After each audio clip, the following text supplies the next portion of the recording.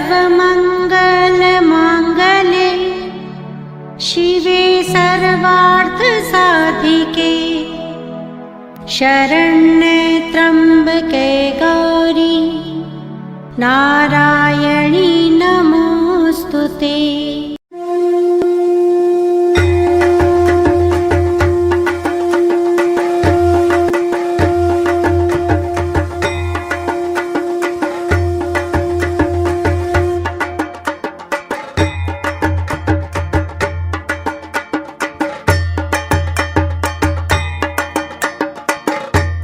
हिंदी समझ में ना आ रही, समझ गए क्या? अरे काहे बैठे पिताजी?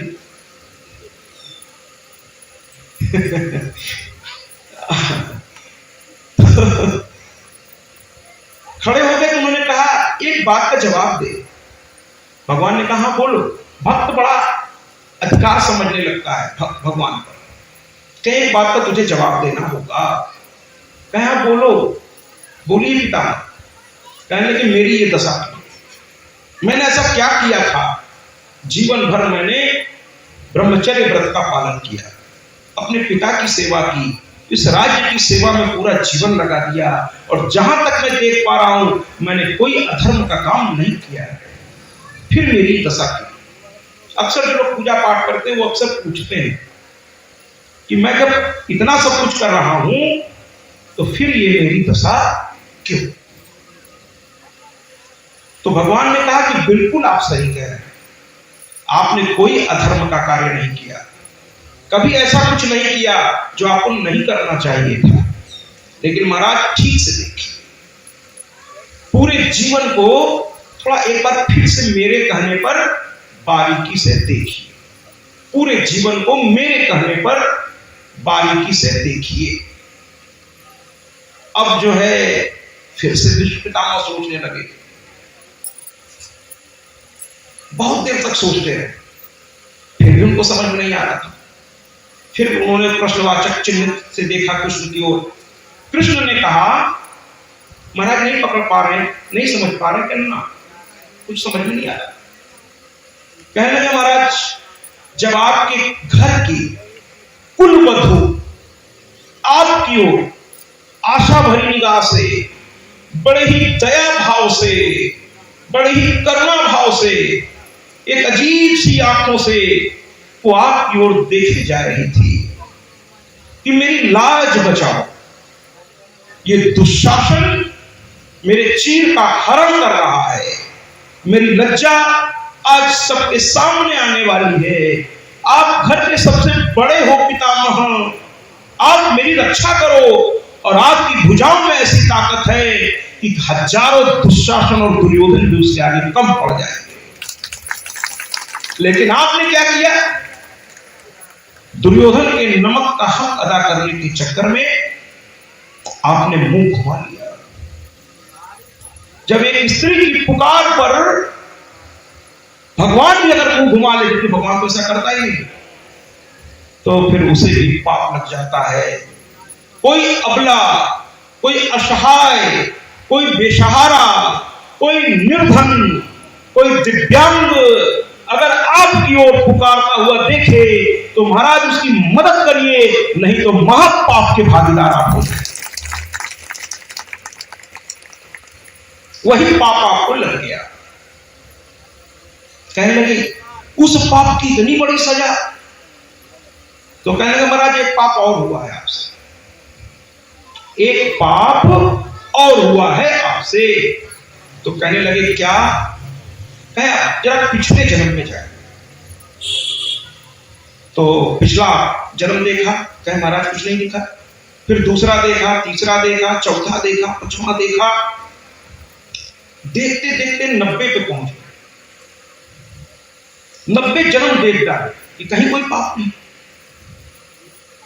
9 और देखा, 99 हो गया महाराज, थक गए। कहने लगे मरते समय ये कैसा काम हमसे करा रहे हो कान्हा? कान्हा ने कहा बस एक और देखो। भगवान चाहते तो बता देते, लेकिन आदमी मानता नहीं ना, भगवान की बात भी नहीं मानता जब तक प्रमाण न देखे। तो एक और देखो। तो देखा कि उस जन्म में 100वें जन्म में वो राजकुमार थे और एक सर्प आगे उनके आ गया और उन्होंने उसको मुंह से पकड़ा और जोर से घुमाया और पीछे की ओर फेंक दिया। और पीछे कांटों की झाड़ थी, उसमें सर्प जाकर पूरी तरह धंस गया, उसके शरीर से खून निकलने लगा और वो कई दिनों तक उसी अवस्था में छटपटाता रहा, उसका खून निकलता रहा और तड़प तड़प के मरा। और भीष्म पितामह ने जैसे ही ये दृश्य देखा, आंखें बंद करके प्रभु को प्रणाम कर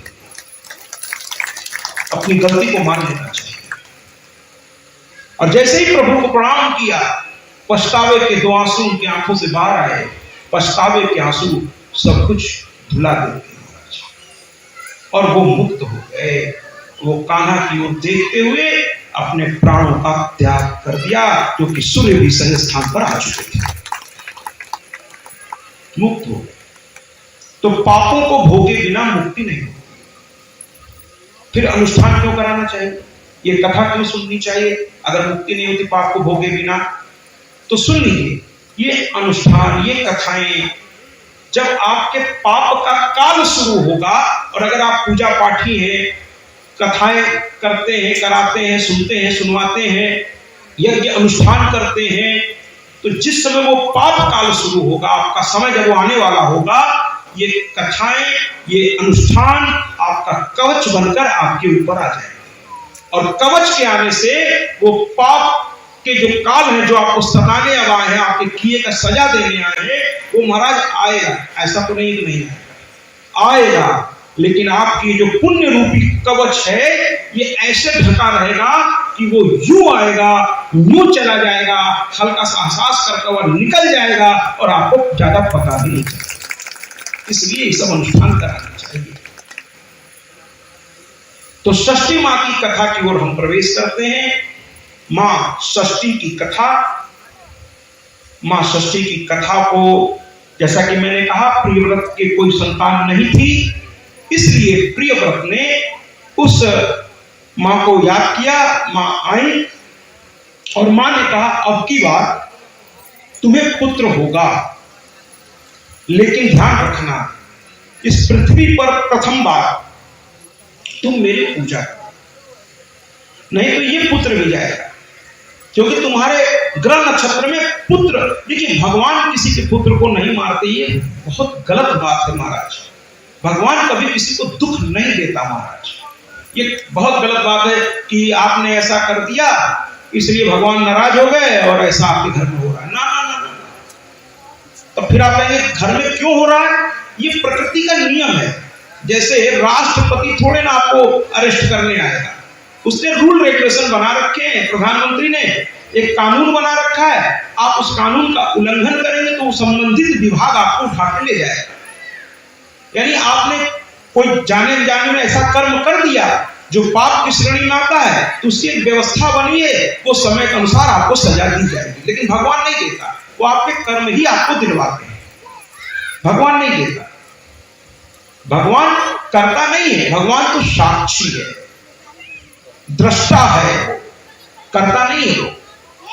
तो न तो वो सुख देता है, भाई ये जरा इन बच्चों को यहां से हटाइए,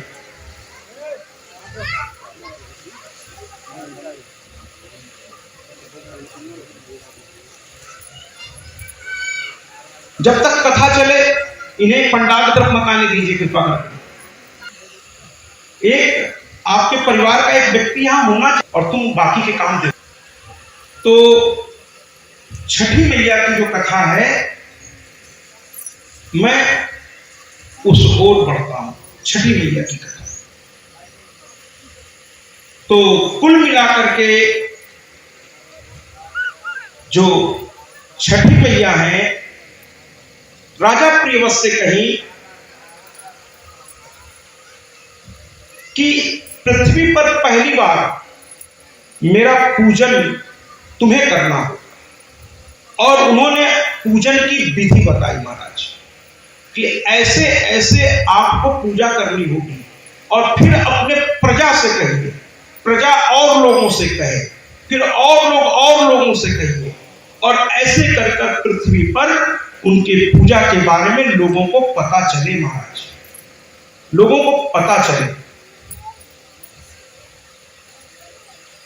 तो उन्होंने कहा ठीक है, अगर ऐसा है तो ठीक है, और उन्होंने मां के चरणों में प्रणाम कर दिया। मां के चरणों में प्रणाम किया और प्रणाम करके कहने लगे, हे मां, आपका दिया हुआ जो भी प्रसाद होगा मैं उसे ग्रहण करते हुए आपके चरणों में निवेदित करूंगा। उस दिन से ये परंपरा प्रारंभ हुई कि बच्चे के होने के 6वें दिन, बच्चे के होने के 6वें दिन आप जाइए उनके चाचा के और कहिए महाराज जी आप करना, और अगर आप देखते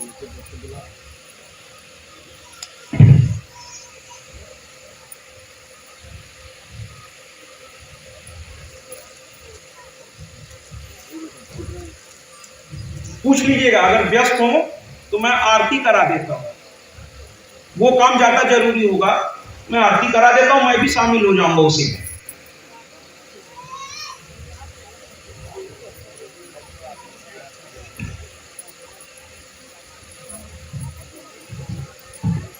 घर के वरिष्ठ को आ जाने दीजिए, फिर कथा प्रारंभ होगी।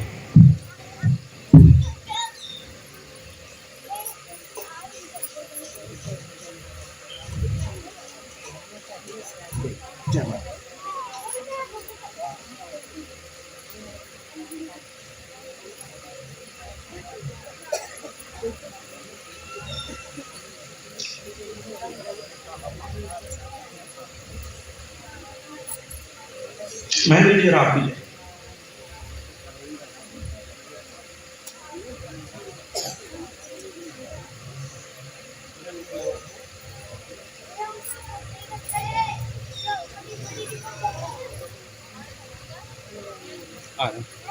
रिश्तेदारों के साथ जो आप सोच रहे हो समझ गए, गलत है वो तो है।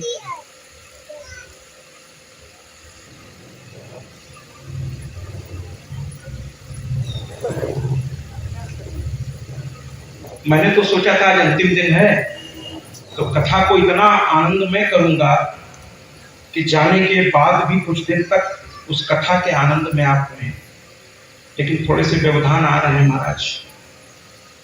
कुछ विशिष्ट लोग आ गए थे घर में, इसलिए थोड़ा वो व्यस्त हो गए। चलिए कोई बात नहीं, क्योंकि विशिष्ट अगर कोई है तो उसका आदर तो करना ही पड़ता है, कोई बात नहीं। चलिए, कुछ विशिष्ट लोगों के आने की वजह से वो थोड़ा व्यस्त हो गए, तो आइए कथा की ओर चले। मां षष्ठी,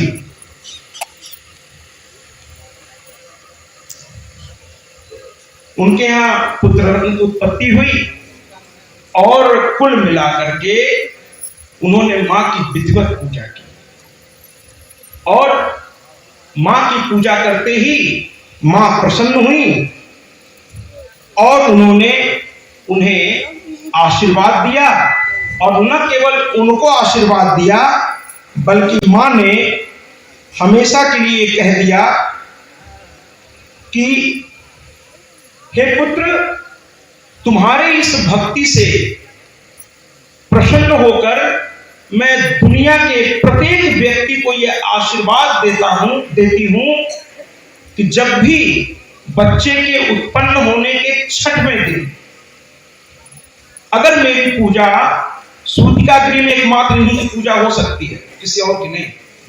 जब तक शुद्ध नहीं होंगे किसी और की पूजा संभव नहीं है। सूतिका गृह में मां षष्ठी की पूजा की जाती है, और उन्होंने वरदान दिया कि आज के बाद विधि विधान से जो सूतिका गृह में बालक के होने के 6वें दिन मेरी पूजा करेगा, उसके बालक की रक्षा मैं स्वयं आगे बढ़कर किया करूं। और इस पर राजा प्रियव्रत ने शायद ऐसा ही कहा होगा जो इस गायक ने कहा है, मां तुम निहाल करती हो। अष्टम दिवस मां तुम निहाल करती हो। जब मां प्रसन्न होती है तो उसे निहाल कर देती है, उसे निहाल। और भैया जरूरी नहीं है कि आप मां की पूजा करें तो ही, मां तो हमेशा प्रसन्न रहती है। उसे घृणा है तो आपकी गलत सोचों से, गलत आचरण से, पूजन आप करें न करें, करें तो बहुत अच्छा है। जैसे माँ बाप अपने बच्चों को बद्दुआ नहीं देता महाराज, नहीं देता। वो तो इससे खुश है कि हमारा बच्चा सुखी है। और अगर सुख के साथ वो बच्चा थोड़ा माँ बाप की सेवा भी कर दे महाराज, तब तो फिर वो और प्रसन्न हो जाते हैं। वो बिना किए प्रसन्न रहते हैं अपने बच्चों पर, और अगर थोड़ा बच्चा कर दे तो फिर बात ही क्या है। इसीलिए तो प्रिय भक्त ने कह दिया, माँ तुम निहाल करती हो। आइए ना इस गीत से राजा के इस भाव को समझने का प्रयास करें कि माँ तुम निहाल करती हो, जब तुम देने पर आती हो। निहाल करती हो, उसको माँ तुम निहाल करती हो, जो भी दरबार तेरे आता है, सब पल ख्याल करो।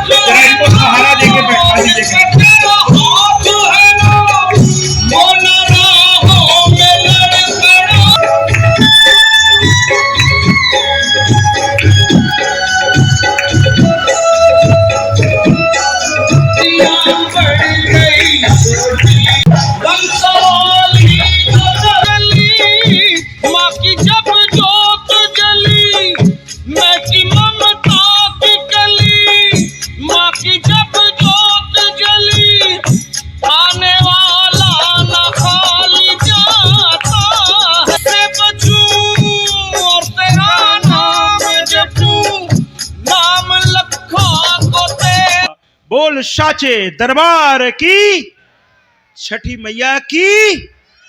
इनकी पूजा घर घर में होती है महाराज।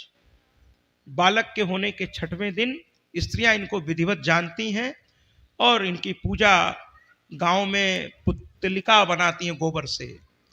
शहरों में तो अब इनकी मिलने लगती है, जो आकृति है वो ला करके चिपका दिया जाता है। कृपया बात नहीं करें।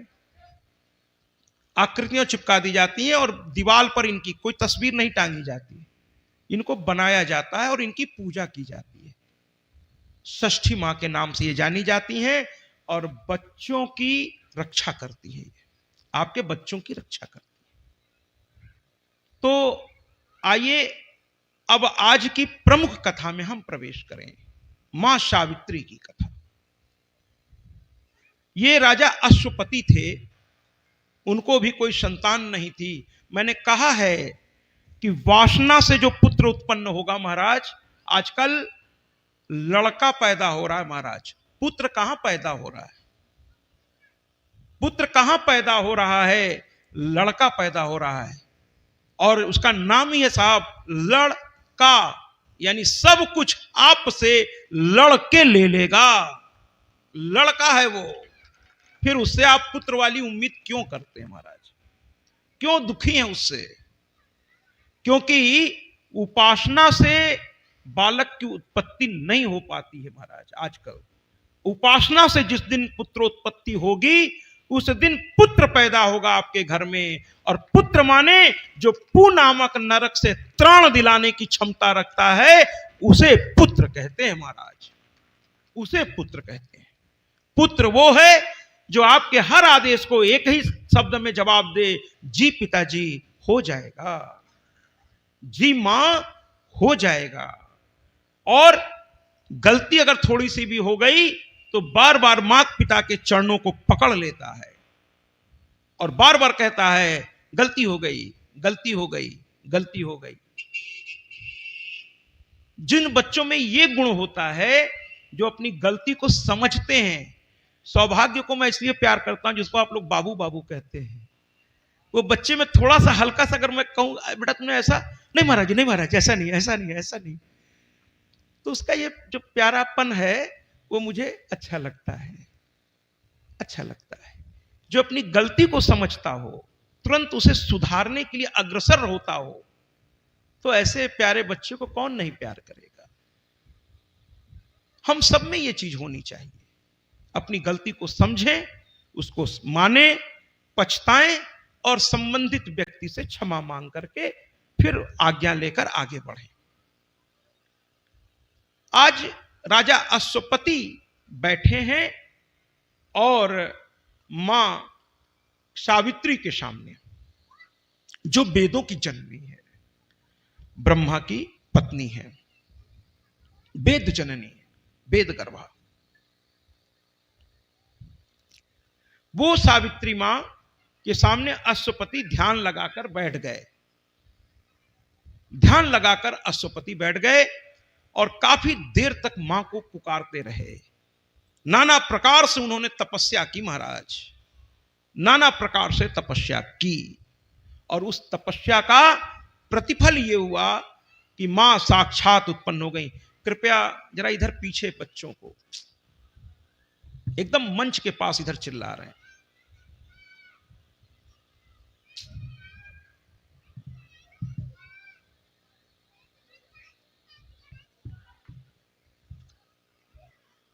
तो अश्वपति ने मां सावित्री को याद किया और मां सावित्री ने वरदान दिया कि मैं तुम्हारे यहां पुत्री बनकर के जन्म लूंगी। देखिए, इंसान कभी कभी अपनी उपासना को इतना बढ़ा देता है महाराज कि भगवान उसके घर में नहीं आते, बल्कि उसके गर्भ से हमेशा के लिए उसके पुत्र बन के भी आने को तैयार हो जाते। उपासना में इतनी ताकत है। साधना तो करिए आप, भगवान आपके पास चल करके आएंगे। मां सावित्री ने कहा मैं स्वयं आऊंगी, और पुत्री बनकर सावित्री आ गई। पिता बड़े प्रसन्न हुए, बड़े धूमधाम से उनका स्वागत किया।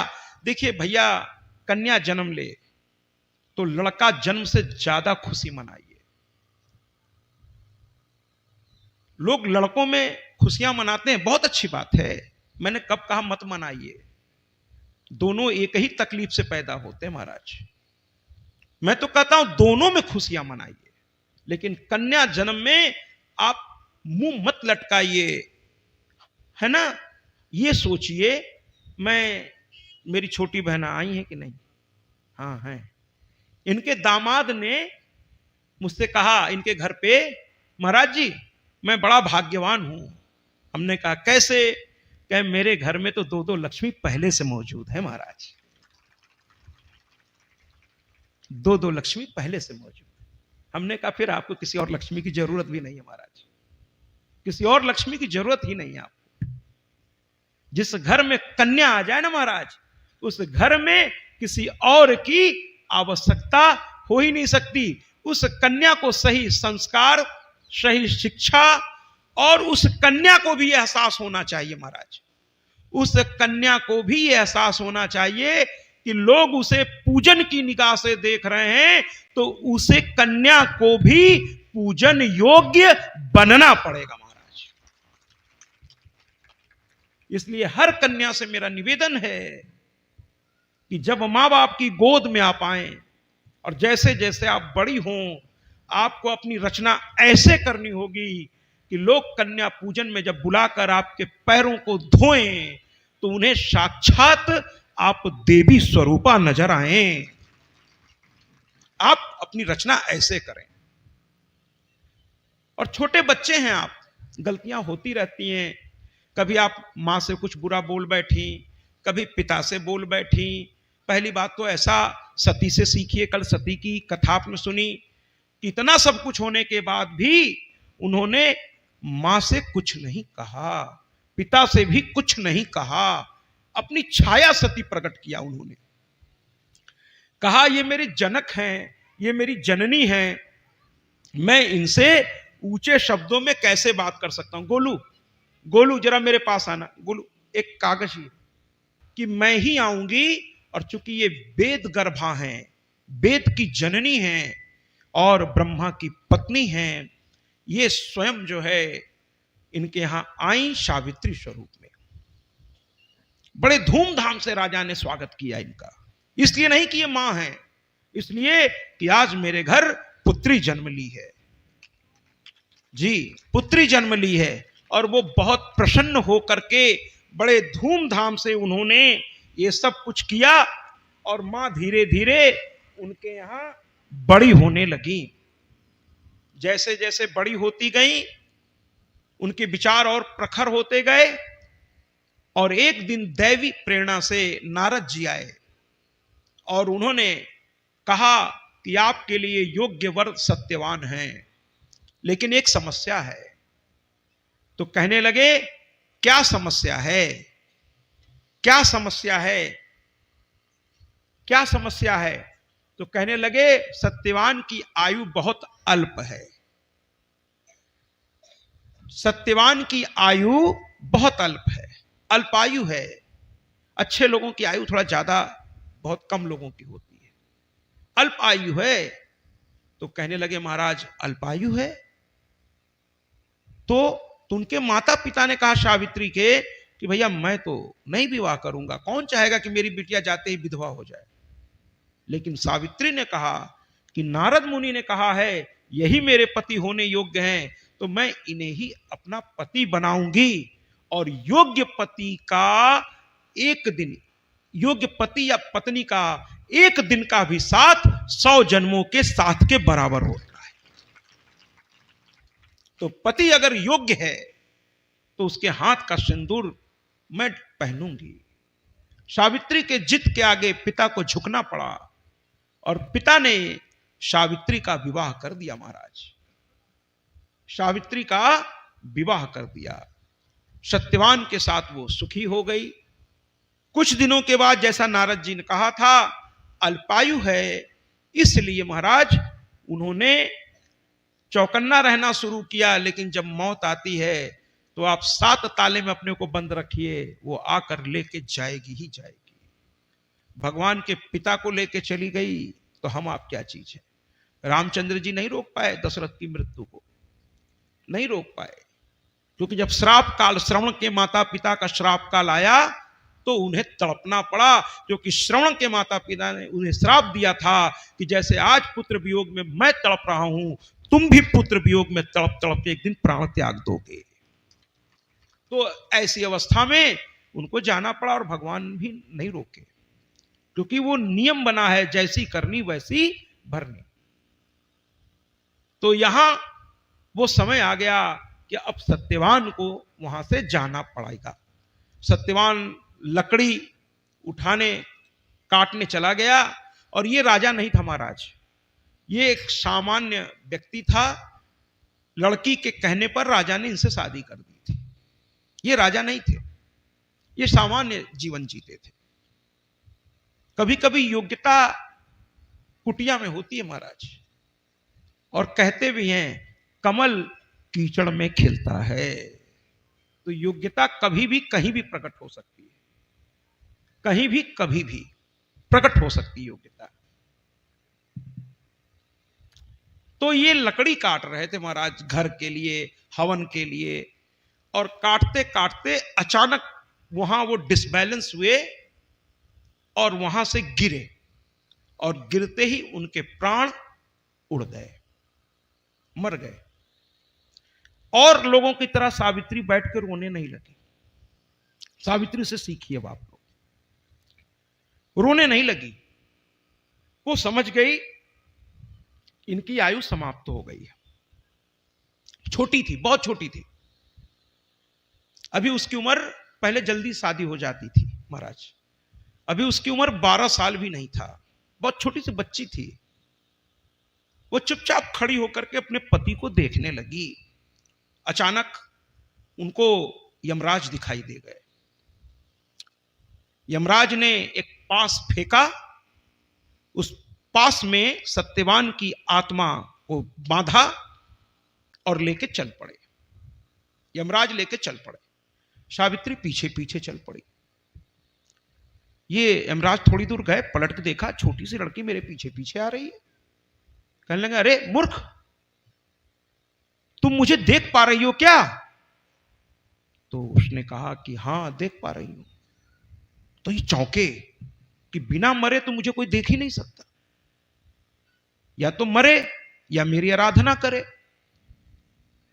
लेकिन न तो ये मरी है, न तो ये आराधना की है मेरी, मुझे देख पा रही है। ये कोई आम लड़की नहीं है, ये कोई विलक्षण है, विलक्षण प्रतिभा की ये धनी है महाराज। इसलिए ये जो है दौड़ते हुए उस लड़की को देख रहे हैं जो पीछे पीछे भागती हुई चली आ रही है, इनके पीछे पीछे। उन्होंने कहा, अरे मूर्ख रुक जाओ। देखिए, जो व्यक्ति जरा धर्म के आसन पर बैठे होते हैं वो आपके हित के लिए जरूरत पड़ने पे थोड़ा कठोर वचन बोलते हैं, क्योंकि उसमें आपका हित है, और जिस तरफ आप जा रहे हो वो अहित है, इसलिए थोड़ा कठोर वचन का प्रयोग करना पड़ता है। तो यमराज ने थोड़ा कठोर वचनों का उपयोग किया। अरे मूर्खा, पीछे पीछे क्यों आ रही है? तेरी मौत आई है क्या?